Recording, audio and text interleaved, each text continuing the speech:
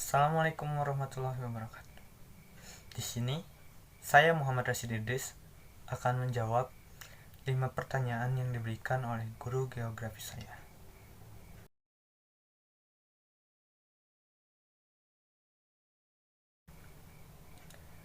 Menurut Ki Hajar Dewantara, kebudayaan adalah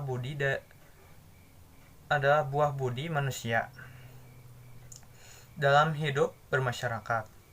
Nah, sedangkan menurut Koen Jaraningrat, kebudayaan adalah seluruh sistem gagasan, tindakan, dan hasil karya manusia dalam rangka kehidupan masyarakat yang dijadikan milik dari manusia dengan cara belajar.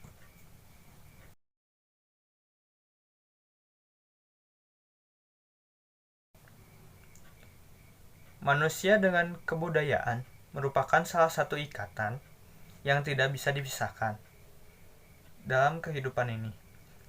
Kebudayaan berasal dari kata budi. Kebudayaan berasal dari kata budaya yang berarti hal-hal berkaitan dengan budi dan akal. Secara sederhana, hubungan antara manusia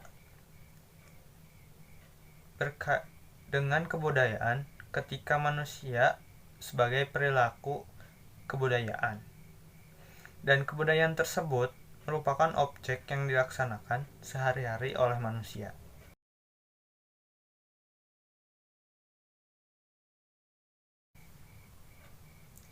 Perbedaan budaya daerah dengan daerah nasional, yaitu budaya daerah biasanya dilakukan oleh penduduk daerah tertentu atau asal daerahnya. Sedangkan budaya nasional dalam artian 90% masyarakat Indonesia mengerti apa makna atau maksud dari budaya nasional.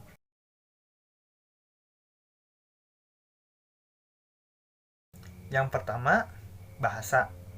Suatu pengecapan yang indah dan elemen kebudayaan dan sekaligus menjadi alat perantara yang paling utama bagi manusia untuk meneruskan atau mengadaptasi kebudayaan. Yang kedua, sistem pengetahuan, yaitu bersisar pada pengetahuan tentang kondisi alam sekelilingnya dan sifat-sifat peralatan yang digunakan. Yang ketiga, organisasi sosial, sekelompok masyarakat yang anggotanya merasa satu dengan sesamanya. Yang keempat, sistem peralatan hidup dan teknologi, yaitu unsur teknologi yang paling menonjol adalah kebudayaan fisik yang meliputi alat-alat produksi, senjata, wadah, makanan dan minuman, pakaian dan perhiasan, tempat berlindung dan perumahan, serta alat-alat transportasi. Yang kelima, sistem mata pencaharian hidup,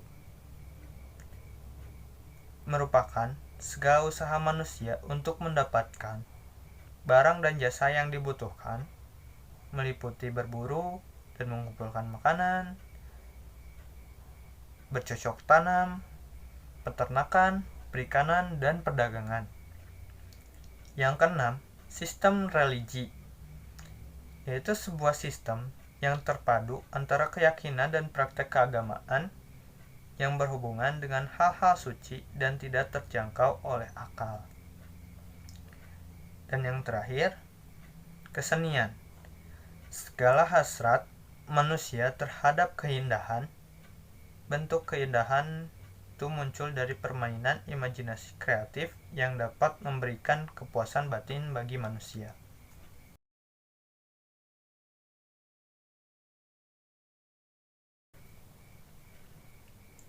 Saya mengambil 7 unsur kebudayaan dari suku Bima. Yang pertama, bahasa. Bahasa yang digunakan suku Bima yaitu bahasa Bima. Bahasa Bima terdiri atas berbagai dialek, yaitu dialek Bima, Bima Donggo, dan Sangyang. Yang kedua, sistem pendidikan atau pengetahuan.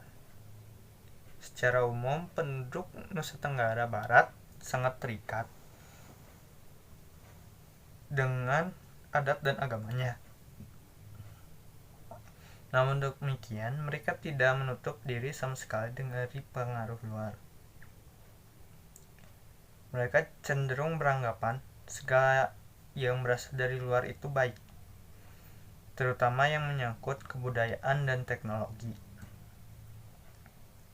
Yang ketiga, organisasi sosial.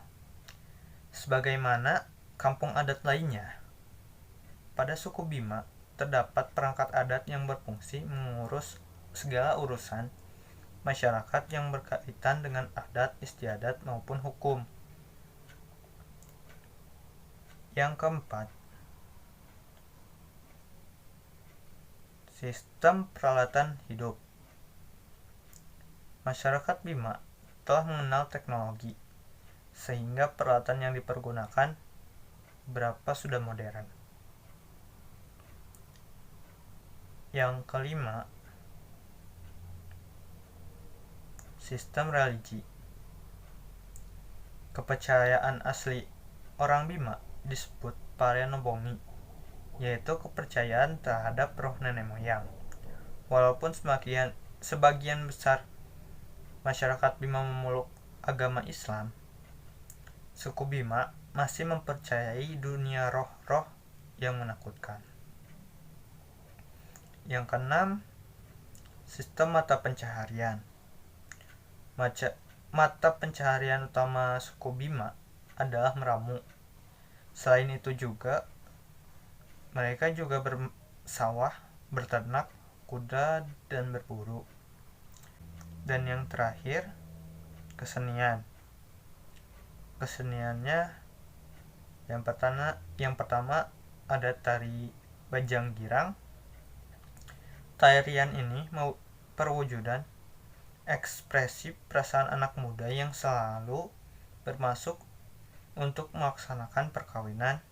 Dalam bahasa Indonesia, kata bajang berarti muda dan girang berarti senang. Yang kedua, tari lenggo. Tari lenggo adalah salah satu jenis tarian yang ada pada zaman dahulu, diselenggarakan oleh para raja dan ratu di Bima. Gerakan tarian ini yang demikian luas merupakan cerminan keluasan dan tingkah laku yang baik dari para pemuda dan pemudi di Bima. Yang ketiga adalah Ntumbu. Ntumbu adalah atraksi mengadu kepala antara dua pemain. Merupakan salah satu pertunjukan di daerah Bima. Pada pertunjukan ini, kedua pemain diberikan kekebalan terlebih dahulu oleh pemimpin pertunjukan yang disebut guru, dengan berdoa yang disebut noktah. Untuk memungkinkan melangsungkan pertunjukan perlu adanya kepercayaan, keyakinan yang dikonsentrasikan dalam hati bagi kedua pemain. Dan ini akan diperoleh apabila kedua pemain telah didoakan. Oke. Cukup sekian dan terima kasih atas partisipasinya. Terima kasih telah menonton dan Assalamualaikum warahmatullahi wabarakatuh. Bye bye.